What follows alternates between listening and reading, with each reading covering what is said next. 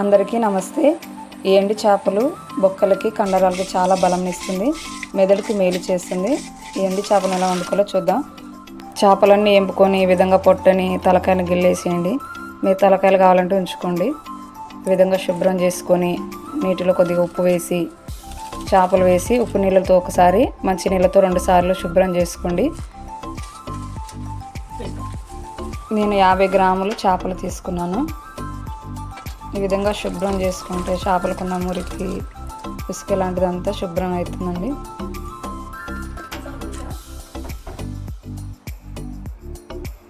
ఇప్పుడు గిన్నెలోకి 100 గ్రాముల ఆయిల్ పోసుకొని ఇప్పుడు ఎండు చేపలను ఈ విధంగా వేసుకొని 4 ఉల్లిగడ్డలు వేసి ఫ్రై చేసుకుందాం. ఇప్పుడు ఉల్లిగడ్డలు ఎర్రగైనాయి. 1 టీ స్పూన్ అల్లం వెల్లిపాయ, 1/2 టీ స్పూన్ పసుపు, 2 టమాటాలు వేసి టమాటా మగ్గనివ్వాలి. 4 టీ స్పూన్ల కారం వేసి కలిపి మూత పెట్టి ఉడికించుకుందాం. నిమ్మకాయ సైజంత చింతపండును చారు తీసుకొని గ్లాసున్నర వాటర్ పోసి చారు తీసుకొని ఇప్పుడు కూరలోకి వేస్తున్నాను. మూత పెట్టి 5 నిమిషాలు ఉడికించుకున్న తర్వాత ఇప్పుడు ఇంట్లో రుబ్బుకున్న మసాలాను 2 టీ స్పూన్లు,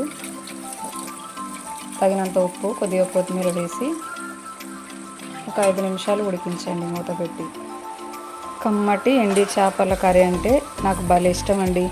మీలో ఎంతమందికి ఇష్టమో కామెంట్ పెట్టండి. Please subscribe, like, share.